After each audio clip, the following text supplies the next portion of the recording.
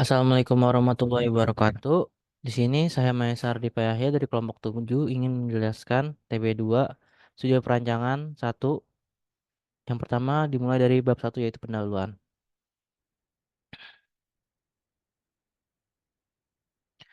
Untuk data data perancangan gedung pada tugas besar ini direncanakan gedung pada data berikut. Jumlah lantainya itu ada 5 dengan total ketinggian 18,15 meter dan dengan lokasi Jakarta dan sistem struktur SRPMK. Selanjutnya, ini adalah denah gedung dari tampak atas untuk denah lantai satu dan ini untuk lantai 2. Ini untuk lantai 2 sampai 2 3 4 dan ini untuk lantai 5. Berikut adalah denah tampak atas dari atap. Ini tampak depan, tampak samping, tampak depan, ini tampak belakang, ini tampak samping untuk potongan AA. Ini tampak potongan BB, ini tampak potongan CC. Untuk spesifikasi material yang digunakan itu mutu baja tulangan FY 400 MPa dengan D eh, besar dari 13 dengan FC sebagai berikut dan E 4700 FC dan spesifikasi secara detailnya sebagai berikut dengan untuk plat menggunakan FC 30 MPa berikut balok 30 dan selebihnya kolom sampai bodasi itu menggunakan FC 35. Selanjutnya ada pembebanan. Yang pertama itu beban mati. Beban mati. Beban mati beban mati berat sendiri atau DL. Beban mati akan dihitung secara otomatis oleh pelantik lunak etaps dengan menggunakan berat jenis material beton 24 kN per M3 dan berat jenis tulangan 7850 kN per M3. Selanjutnya ada beban mati tambahan atau SDL. Berikut adalah dari beban mati tambahan SDL yang digunakan. Ini mungkin, oh ini salah perhitungannya, maaf. Berikutnya.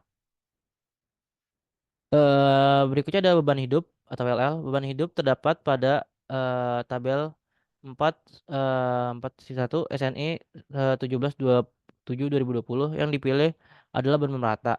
Berikut adalah daftar beban merata hidup pada bangunan gedung apartemen ini berdasarkan fungsi bangunannya. Berikut adalah beban eh, hidup yang kami gunakan yang setelah dihitung, setelah dicari-cari menggunakan SNI.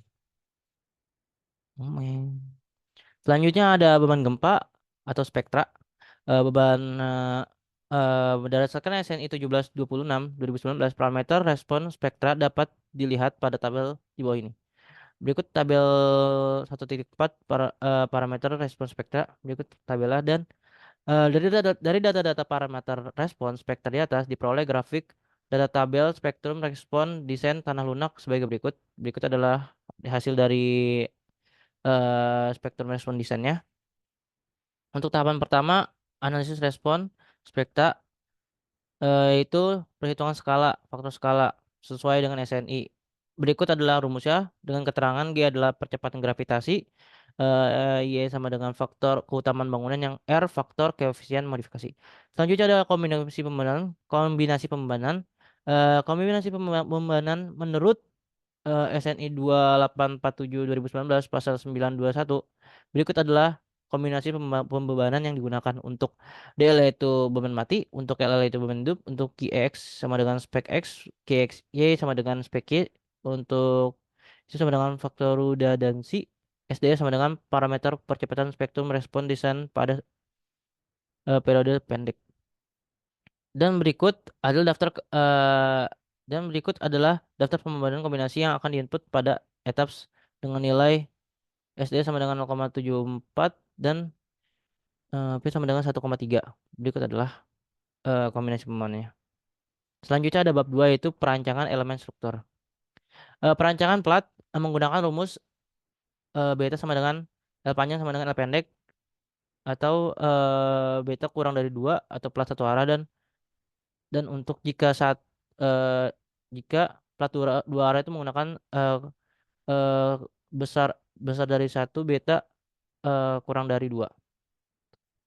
Untuk perancangan plat satu arah, sistem plat satu arah diartikan sebagai elemen plat beban hanya ke satu arah. Perancangan plat satu arah mengacu pada SNI 2847 2019. Plat H tidak boleh kurang dari batas minimum pada tabel di bawah. Tabelnya sebagai berikut. Untuk perancangan plat dua arah, sistem plat dua arah akan dijumpai pada plat beton em, menahan beban yang merupakan momen struktur pada bentang dua arah dan perancangan plat satu arah mengacu pada SNI 2019. Plat H ini tidak boleh kurang dari batas minimum pada tabel 2.1. Berikut ada tabelnya untuk plat dua arah. Paling sering digunakan tuh yang lebih dari dua. Berikut adalah perhitungan plat satu arah. Berikut adalah hasil perhitungan plat satu arah. LX sama dengan LX saya itu 5.300 mm dan LX 2.600 mm. Berikut adalah perhitungannya dan berikut adalah hasil dari seluruh perhitungan plat satu arah. Dan berikut adalah perhitungan dari plat dua arah dan berikut adalah hasil dari perhitungan plat dua arah dari em, dana dari struktur kami. Selanjutnya adalah berikut adalah layout perancangan plat lantai satu dan ini plat 2 sampai lantai 2 sampai 4 dan berikut adalah plat atap. Berikut adalah layout perancangan plat perancangan area tambahan lantai rooftop. Dan berikut adalah perencanaan balok. Berikut adalah tabel yang digunakan bersumber dari SNI 2847 2019. Untuk balok T dan balok K digunakan SNI 2847 2019 pasal 8.12.2 dan pasal 8.12.3. Berikut adalah perancangan balok T. Lebar flange efektif dipakai diambil nilai terkecil dari nilai nilai berikut. Berikut untuk balok L, lebar flange efektif yang dipakai diambil dari nilai terkecil dan nilai berikut. Dan untuk perhitungan perencanaan balok T dari data saya yaitu L sama dengan 7.000 mm. Berikut adalah perhitungannya. Dan didapatkan BE sama dengan 1040. Dan berikut adalah hasil dari perhitungan BE dan lebar efektif BE. Berikut adalah yang dipakai menggunakan yang terkecil. Untuk yang pertama BIT 1 sama dengan 1040 dan yang BIT 7 sama dengan 1040 juga. Dan untuk balok anak berikut adalah perhitungannya yang diambil lebar efektifnya BE-nya yang terkecil. Berikutnya ada perhitungan perencanaan balok L menggunakan data kami itu 5450 mm. Berikut adalah perhitungannya. Dan berikut adalah perencanaan awal balok induk dan ini hasil perhitungan dari seluruh balok kami ya dan diambil yang terkecil dan ini juga untuk diambil yang terkecil untuk balok anak ya. Dan berikutnya berikutnya ada perencanaan balok lantai satu dan ini untuk balok lantai 2 sampai 4 dan ini untuk perancangan lantai roof dan ini adalah perencanaan area tambahan lantai roof. Perencanaan kolom. Perhitungan struktur kolom menggunakan rumus sebagai berikut. Berikut adalah rumusnya. Untuk AG, luas penambang kotor kolom atau M2 dan PU beban total yang bekerja pada kolom atau N dan FC kuat tekan beton. Dan berikut adalah perencanaan kolom, perhitungan beban satu lantai untuk tributary area 5,2 kali 5,0,75. Berikut adalah dan berikut adalah perhitungan beban tributary lantai atap. Berikut adalah hasil perhitungannya. Dapatkan beban total pada lantai atap sama dengan 156,5304 dan berat beban hidup sama dengan 25,334 dan berikut adalah perhitungan beban tributary lantai 1 sampai 4. eh oke. Berikut adalah perencanaan dimensi kolom. Untuk berikut adalah perencanaannya yang dipakai. Kami menggunakan dimensi kolom sama dengan 400 kali 400 dan berikut adalah pemetaan perencanaan kolom lantai satu. Dan ini untuk lantai 2 sampai 4 dan ini untuk perencanaan kolom lantai roof. Dan inilah adalah pemetaan perencanaan area tambahan lantai roof. Berikut adalah bab 3. Berikut adalah langkah-langkah untuk menggunakan ETABS untuk memasukkan data-data kami. Untuk yang pertama itu ada data struktur dimensi elevasi. Caranya itu pada menu bar pilih file, new model, default, dan berikut adalah langkah-langkahnya. Pertama itu pilih gridnya, yang kedua itu setting story-nya, dan berikut hasilnya. Dan ini untuk material yang digunakan sebagai berikut. Yang pertama itu ada FC30 dan FC35 pada define material properties. Oke. Selanjutnya ada penampang. Karena penampang penampang pertama itu menggunakan balok T. Berikut adalah spesifikasinya menggunakan FC30. Dan eh dan ini lanjutannya berikut buat sampai semua data yang kami gunakan. Selanjutnya ada penampang, pembuatan elemen kolom.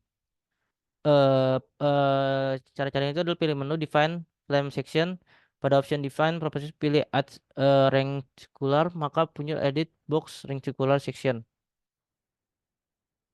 Berikut adalah pembuatan elemen plat lantai. Plat lantai yang digunakan tuh kita rata yaitu S30. Dan berikut adalah permodelan struktur. Pemodelan struktur yang hasilnya seperti ini. Ah, Berikutnya ada permodelan balok menggunakan drawline dan dipilih sesuai balok yang kami gunakan sesuai perhitungan data kami. Selanjutnya ada permodelan void sesuai data kami. Void itu menggunakan draw rank rectangular area menggunakan S30. Selanjutnya adalah permodelan perletakan dengan cara view set plan view select plan base untuk one story doang karena dia tuh biasanya ada di bawah untuk perletakan.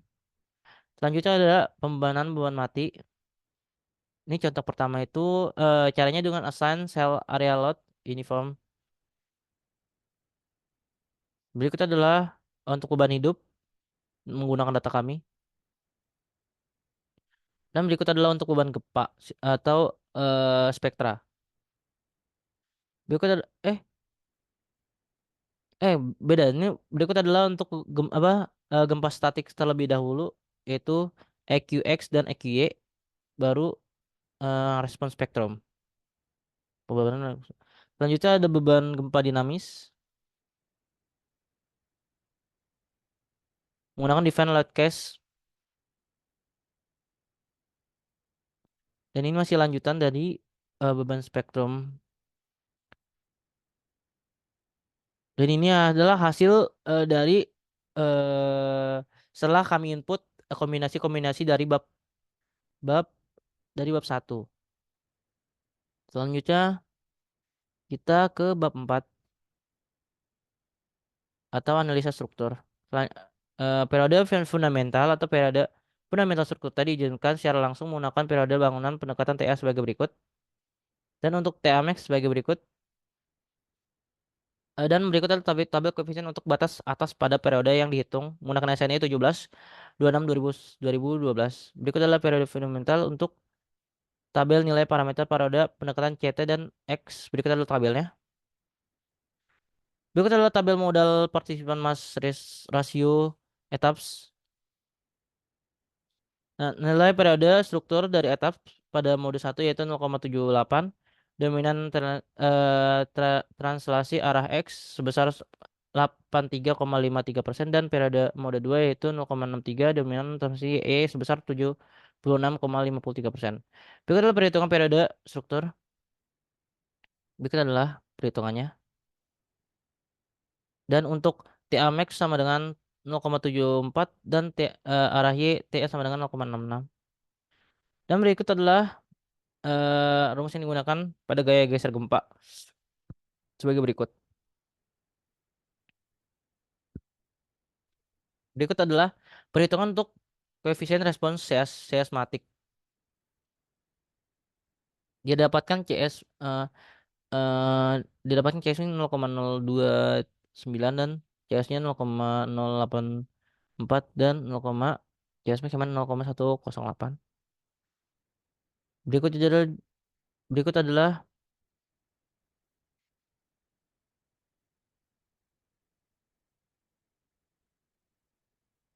Oke. Oh, ini berikut adalah ini untuk arah X dan ini untuk arah perhitungan koefisien respons seismatik untuk arah Y.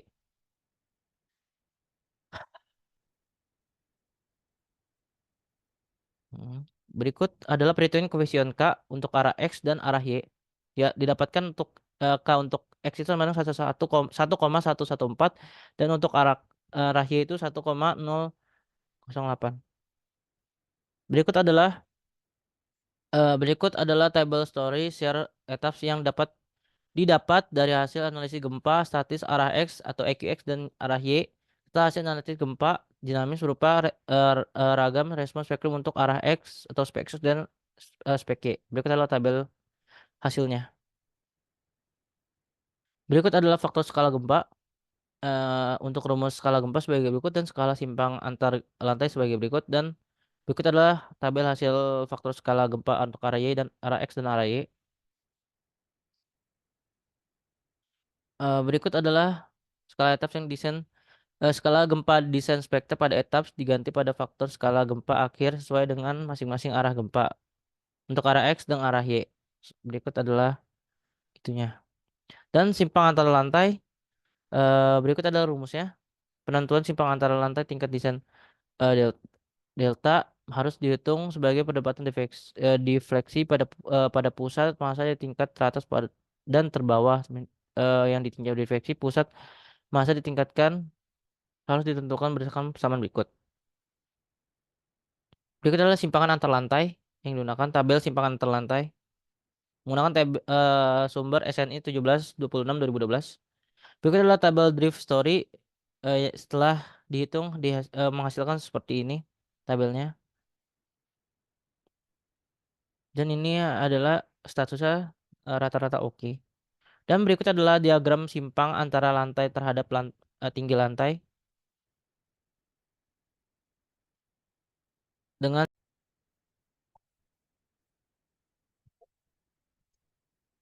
selanjutnya untuk bab 5. Berikutnya ada desain kolom. Desain tulangan kolom akan direncanakan berupa tulangan utama atau longitudinal reinforcing dan tulangan senggang atau shear reinforcing. Berikut adalah gambar rencana kolomnya. Berikut adalah tulangan longitudinal kolom. Dan berikut adalah gambarnya untuk rebar percentage-nya. Eh, Selanjutnya adalah desain kolom. Berikut adalah perhitungan tulangan longitudinal kolom. Adapun langkah-langkah perhitungan longitudinal kolom sebagai berikut. Untuk lokasi kolom A1 dan tipe K1 pada data kami, untuk dimensi kolom B sama dengan 400 kali 400 dan luas penampang sama dengan 600 kali 600. Percentage kolom pada etapsnya itu 2,97% menurut data kami. Dan kebutuhan tulangan atau AS kali persen etaps sama dengan hasilnya adalah 4752 mm persegi, dan diasumsikan tulangan yang digunakan adalah diameter 32 atau D32, dan AS tulangan D29, dan dan setelah menggunakan rumus berikut 1/4 dikali V dikali diameter kuadrat hasilnya adalah 660,185 milimeter persegi. Dan berikut adalah perhitungan jumlah tulangan yaitu dengan kebutuhan tulangan dibagi AS tulangan. Dihasilkan jumlah tulang yang digunakan adalah 8 buah dan AS yang dipakai setelah dihitung menggunakan rumus berikut. Menggunakan rumus setelah dihitung AS D29 dikali dengan jumlah tulangan dihasilkan setelah menggunakan diameter 32 dihasilkan AS yang dipakai adalah 6430,72 milimeter kubik dan hasilnya adalah oke. Untuk desain percentage itu dengan AS dipakai dan dibagi luas penampang dihasilkan sama dengan 4,02%. Jadi tulangan pada kolom A1 adalah hasilnya yang digunakan adalah 8 diameter 3 untuk tulang 8 buah dan diameter 32. Berikut adalah hasil tabel perhitungan setelah dihitung dan hasil butuh butuh berapa buah tulangan yang digunakan. Berikut adalah hasilnya untuk semua kolom longitudinal. Berikut adalah gambar kolomnya, gambar detail kolomnya. Berikut adalah tulangan sengkang kolom. Berikut adalah gambarnya secara refleksing. Berikut adalah perhitungan dari tulangan sengkang kolom. Adapun langkah-langkah pengurusan berbagai berikut. Untuk watt geser output etapnya 2 dan asumsi diameter sengkangnya adalah D10 dan jumlah kaki atau N-nya sama dengan 4. Oke, dan untuk AS sengkangnya didapatkan 314 milimeter persegi dan kebutuhan tulangannya dengan rumus kuat geser dikali 75 dibagi AS sengkang didapatkan 0,477 dan S sengkang 75 dibagi kebutuhan tulangan dihasilkan 157 milimeter. Syaratnya sebagai berikut. Jadi jarak rencana pada tumpuan dan lapangan sebesar 150 mm dan atau digunakan D10 sampai D50. Berikut adalah hasil dari perhitungan tulangan sengkang kolom menggunakan data kami.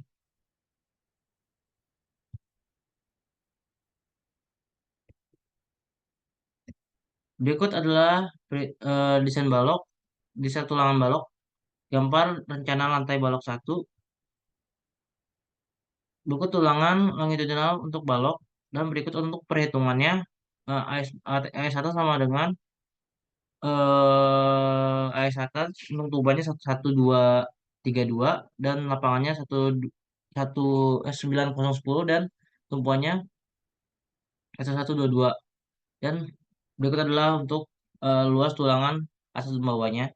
Digunakan ulir diameter D22 dan berikut perhitungannya dan menghasilkan AS sama dengan 379,97 mm kuadrat. Dan untuk AS min didapatkan AS min sama dengan 879,99 mm kuadrat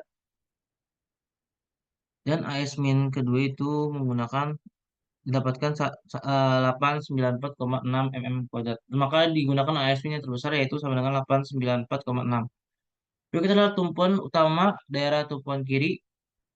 Untuk luas tulangan bagian atasnya itu setelah dihitung mendapatkan jumlah tulangan 4 dan tulangan bawahnya setelah dihitung mendapatkan 3 dan tulangan utama daerah lapangan untuk tulangan atas didapatkan 3 dan untuk tulangan bagian bawah didapatkan 3 dan untuk tulangan utama daerah tumpuan kanan dapatkan tulangan atas 3 dan tulangan bawah 3. Berikut adalah eh, terlampir tabel longitudinal balok dengan hasil sebagai berikut dan tulangan yang dipakai untuk tulangan kiri, lapangan, dan kanan semua balok kami. Berikut adalah tulangan longitudinal balok juga masih lanjutannya dan berikut adalah tulangan sengkang balok dan gambar untuk lantai sengkang balok lantai satu. Berikut adalah detail balok induk T dan L dan balok anak T dan balok anak L detailnya. Dan ini adalah gambar balok yang kami gunakan di tulangan baloknya. Berikut adalah perhitungannya untuk desain balok tulangan sengkang balok A adalah langkah-langkah untuk perhitungannya sebagai berikut. Untuk daerah tumpuan kiri menggunakan kuat geser sesuai etap sama dengan 0,9 dan asumsi diameter D10. Jumlah kaki adalah N2 atau dihasilkan AS sengkang sama dengan 157 mm kuadrat. Kebutuhan tulangannya dihasilkan sama dengan 0,573 dan S sengkang didapatkan adalah 174,44 mm, maka diambil jarak diturunkan 25 akan menghasilkan 150 mm. Dan untuk daerah tumpuan tengah sesuai etap 0,58 dan asumsi sama dengan D 10 dan dihasilkan S sengkang sama dengan 184,70 dan diturunkan ke 25 ke bawah sama dengan AS sengkangnya S sengkangnya sama dengan 175 mm dan daerah tumpuan kanannya sebagai berikut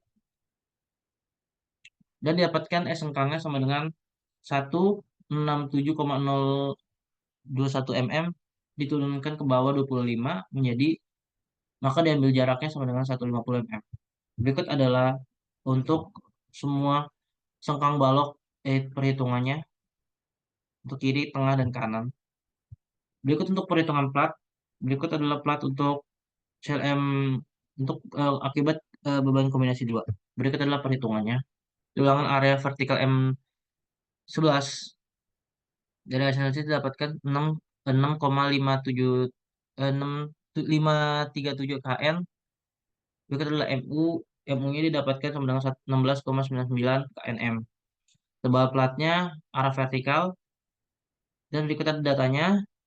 Dan untuk perhitungan untuk KS yang didapatkan untuk luas tulangan terpakai untuk KS pada plat dua arah, ya, sama dengan 915,833. Untuk tinggi balok regangan A didapatkan 4,10 mm, dan tulangan efektif atau D didapatkan 85 mm, dan MN-nya didapatkan 25,82, karena MN lebih kecil daripada MN lebih besar daripada MU, maka oke, dan sehingga diperoleh tulangan vertikal sebagai berikut D10 300. Dan untuk tulangan horizontalnya sebagai berikut.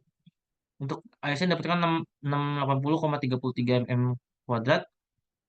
MN efektifnya didapatkan 22,5728 kN kuadrat, kNm kuadrat. Karena MN-nya lebih besar daripada MU, jadi oke, dan sehingga plat yang digunakan horizontal D10 300. Untuk selanjutnya lampu tabel setiap lantainya ini. Dan berikutnya adalah gambar platnya. Selanjutnya untuk bab 6, gedung yang gedung kami adalah berjumpa empat, tingginya adalah direncanakannya itu 4 lantai, dan tinggi bangunannya 18,5, daerah Jakarta Barat, Duri Kosambi. Dan dilakukan untuk perhitungan lapangan dan perhitungan laboratorium.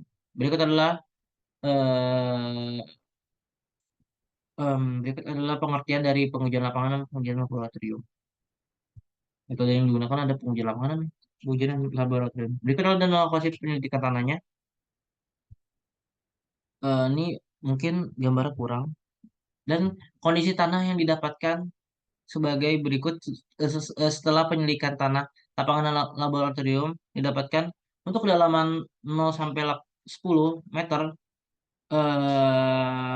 merupakan lapisan lempung lanau, dan untuk kedalaman 10 sampai 14 merupakan lapisan pasir kasar, dan untuk kedalaman 14 sampai 24 merupakan lapisan lempung lanau lempung, dan untuk pasir 20 untuk kedalaman 24 sampai 30 merupakan lapisan pasir paling kasar lanauan.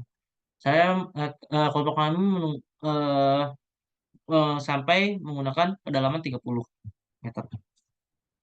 Berikut adalah stratigrafi tanah dan sumerinya. Stratigrafi penyelidikan tanahnya sebagai berikut. Berikut adalah sumeri penyelidikan tanah dari sampel BH1 dan BH2. Berikut adalah bab 7. Berikut adalah denahnya bangunan pada lokasi penyelidikan tanah. Pemilihan jenis fondasi. Kami itu menggunakan dua perhitungan, yaitu perhitungan persamaan Mayorov. Rumusnya sebagai berikut, di mana QP sama dengan daya dukung ujung dan QS sama dengan daya dukung gesek. Berikut adalah lanjutan dari perhitungan Mayorov. Dan berikut adalah perhitungan Col Castello untuk Q sama dengan QP ditambah QS, di mana QP sama dengan daya dukung ujung dan QS sama daya dukung gesek. Berikut adalah perhitungannya. Dan ini adalah masih perhitungan untuk Col Castello, dan berikut adalah diagram alir fondasi, rencana fondasinya. Berikut adalah untuk bab 8 perhitungan perencanaan fondasi. eh, Koreksi yang dipakai itu adalah N60, dan koreksi jenis tanah dan unit weight. Berikut adalah tabelnya. Berikut adalah korelasi nilai N terhadap angle friction, dan berikut adalah korelasi N terhadap CU. Data tanahnya, ini mungkin gambarnya masih belum dapat, masih salah. Untuk data tanah grade A, setelah diperhitungkan N660 didapatkan nilai NSPT-nya sebagai berikut, dan untuk data tanah grade A dan tabel data parameter grade A. Berikut hasilnya setelah perhitungan. Bukan perhitungan, setelah didapat sesuai ketentuan tabel. Berikut untuk grade B. grade C, grade D, dan grade E. Dan berikut adalah perhitungan untuk kolom grid A untuk perhitungan Mayorov. Daya dukung ujung pada tanah pasir, diameternya 0,8 dan panjangnya 0, datanya panjangnya tiangnya 0,8 meter dan Y-nya sama dengan 21,5 kian per M kubik. Rumus QP-nya sebagai berikut dan Q1-nya sebagai berikut. Dan AP yang didapatkan sama dengan 0,68232 meter persegi dan NP-nya sama dengan didapatkan kiaksinya didapatkan 93,6 kN per M2 dan NP-nya didapatkan dari tabel 1 itu adalah 108 dan maka KIP-nya diambil KIP terkecil sehingga KIP sama dengan 2267,076 sekian km. Berikut adalah daya dukung fraksi pada tanah lapisan satu lempung dengan data berikut dan PA 100 dan CU 39,60. Rumusnya sebagai berikut dan rumus P sebagai berikut dan didapatkan hasil 2,512 M kuadrat. CU per PA dihasilkan 0,3958 dan A menurut tabel 2 setelah diambil dari CU per PA didapatkan nilai alfa sama dengan 0,74. Berikut masih lanjutannya dari dukung fraksi pada tanah lapisan 2 dapatkan berikut PA-nya 100 dan QS-nya menggunakan rumus berikut dan P sama didapatkan 2,512 FAV-nya sama dengan 68,4 kN per M2 maka QS-nya didapatkan setelah dikali dapatkan 171,8208 menurut rumus QS. Dan daya dukung ultimate atau allowable rumusnya QU sebagai QU sama dengan QP ditambah QS didapatkan QP sama dengan 2267 dan QS sama dengan 6899. Maka QU sama dengan didapatkan setelah ditambah hasilnya adalah 2956,28. Dan jika FS-nya 3, jika FS-nya 3, QAL QU sama dengan dibagi FS maka dihasilkan Ki Ultimate dengan 985,43. Berikut adalah rumus VAV, sorry. Berikut adalah untuk perhitungan Kolkasilo untuk kolom grid A1A dari dukung ujung pada tanah pasir dan berikut adalah data-datanya dan KIP, rumus KIP sama dengan AP, Q aksen, NQ. Untuk AP didapatkan 0,628 M kuadrat dan Q aksen sama dengan 93,6 kN M kuadrat. Untuk L dibagi diameternya sama dengan 10 dan NQ-nya 45 menurut tabel berikut. Setelah diambil dari nilai NQ dan L per D-nya. Ya, NQ-nya untuk ya sebagai berikut dan maka didapatkan KIP sama dengan 2645136. Daya dukung fraksi pada tanah lempung 1 dapat menggunakan diameter sebagai berikut dan rumus QS sebagai berikut dan P didapatkan 2,5112 M kuadrat. CU per PA-nya didapatkan 0,39 dan alfanya didapatkan 0,74 maka QS sama dengan 51738,45 kN. Berikut lanjutannya untuk tanah lapisan 2 QS-nya sebagai berikut dan P didapatkan sebagai berikut K juga menggunakan K berikut dan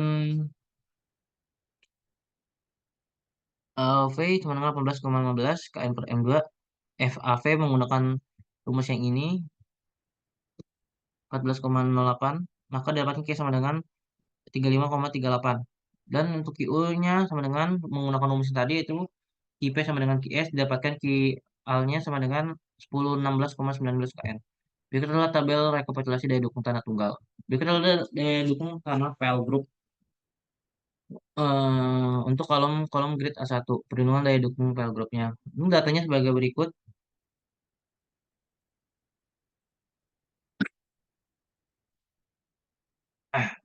Untuk perhitungan N didapatkan 0,87 sekian, dan maka QU grupnya sama dengan N1 dikali N2 dikali N dikali QU tunggal. Dan QU grup sama dengan, setelah dirumuskan, didapatkan 1732,14 sekian KN, dan rumus panjang file group sebagai berikut, dan didapatkan LG sama dengan 2,8 meter, dan rumus lebar file group didapatkan BG sama dengan 0,8 meter. Maka QU group lebih besar daripada beban kolom. Berikut adalah tabel ekuivalensi dari daya dukung file group.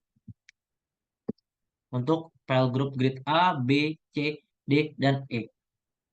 Berikut adalah gambar daya dukung file group. Untuk konfigurasi tiang kelompok dan detail file groupnya. Berikut adalah penurunan file group untuk elastic metode basic. Yaitu perhitungannya file group elastic metode basic. Untuk kolom grid A. Berikut adalah datanya dan rumus penurunan tiang total sama dengan S sama dengan S1 ditambah S2 ditambah S3 dong. Ini S2 ya? Oke. Ya, S3 bener salah. Ini berikutnya rumusannya ada, dan di mana S itu penurunan tiang, S1 itu penurunan batang tiang, kedua tuh S2 tuh tiang akibat beban titik, dan S3 tuh akibat beban yang tersalur sepanjang batang. Dan eh, perhitungan S1 sebagai berikut, didapatnya S1 sama dengan 0,0047 meter sekian. Berikut adalah untuk, oh iya, setelah diketahui nilai dari tabel satu di atas, didapatkan S1 yang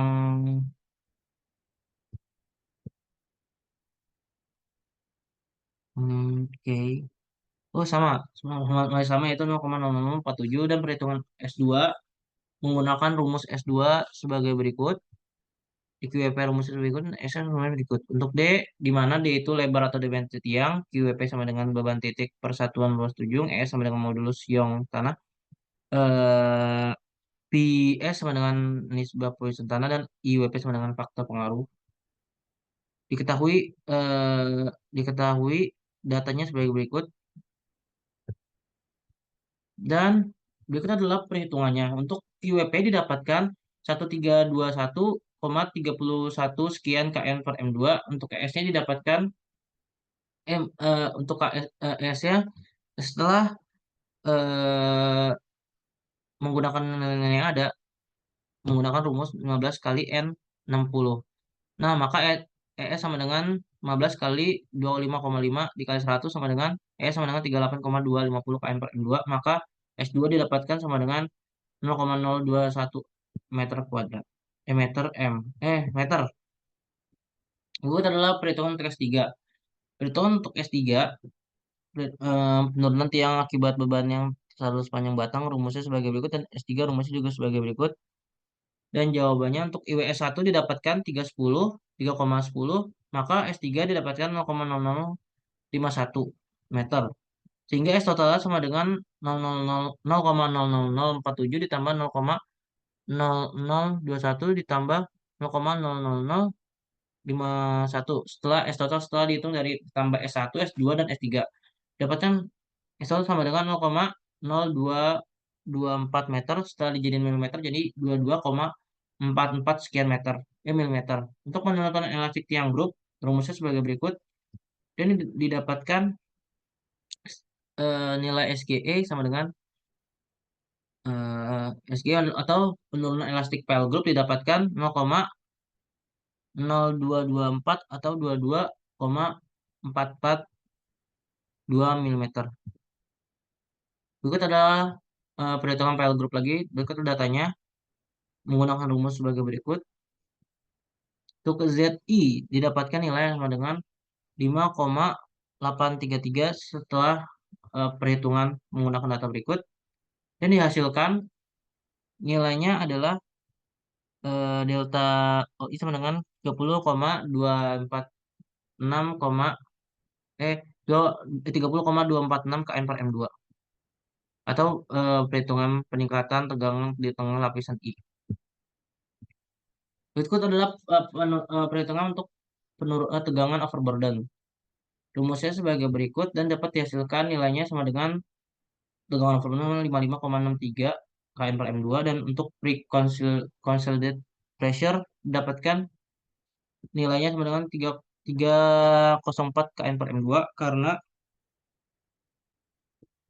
karena tegangan overburden lebih kecil daripada tegangan pro consolidated maka tanah digunakan berjenis over consolidated. Cek jenis over consolidatednya dengan rumus berikut didapatkan jenis consolidatednya 85,869 kN per M2 maka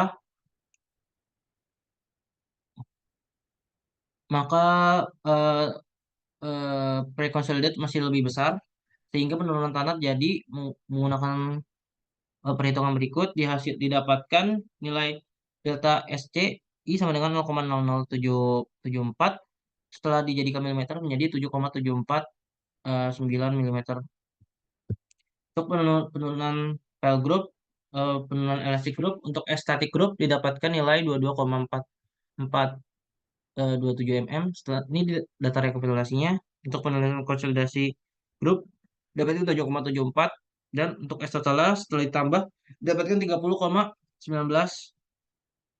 dan milimeter dan hasilnya oke. Berikut adalah tabel rekapitulasinya untuk semua file group. Berikut adalah perhitungan dimensi file group menggunakan dimensi sebagai berikut dan berikut adalah perhitungan untuk satu arahnya didapatkan untuk nilai tegangan gesernya yaitu 16,10 ton per M2 dan didapatkan untuk diameternya sama dengan 0,9 eh, eh, sisi lain beton atau ke pusat. Oh, jarak sisi lain beton itu bukan diameter dia. Jarak sisi lain beton ke pusat tulangan didapatkan sebagai berikut dan daerah pembesaran geser didapatkan nilainya adalah 775 M atau 0,775 M. Dan untuk gaya geser pada penampang kritis didapatkan VU sama dengan 14,43 ton dan kuat geser beton sebagai berikut didapatkan nilainya sebagai berikut dan hasilnya adalah oke setelah kuat geser beton lebih besar daripada VU. Berikut untuk dua arahnya perhitungannya sebagai berikut. Untuk VC didapatkan 0,75 setelah dikali lagi alfanya 20 BW dikali H sama dengan 441 yang 1. Untuk B1 sama aduh. Untuk B1 didapatkan 1325 mm, untuk B2 didapatkan 1325 mm. Lebar lapangan pelampang kritis dan panjang pelampang kritis dan geser pada penampang kritis didapatkan VU sama dengan 98,64 dan keliling penampang kritis PL cup didapatkan BU sama dengan 5,30 dan nilai VC diambil dari nilai kecil dari ketiga persamaan didapatkan 1479,14 ton dan VC2 didapatkan 957,12 dan VC3 C3 dengan 13,21 ton buat geser beton dengan 0,74 didapatkan eh, total VC sama dengan 717,18 karena VC lebih besar daripada VU jadi oke. Sekian presentasi dari saya. Kalau lebihnya mohon maaf. Assalamualaikum warahmatullahi wabarakatuh.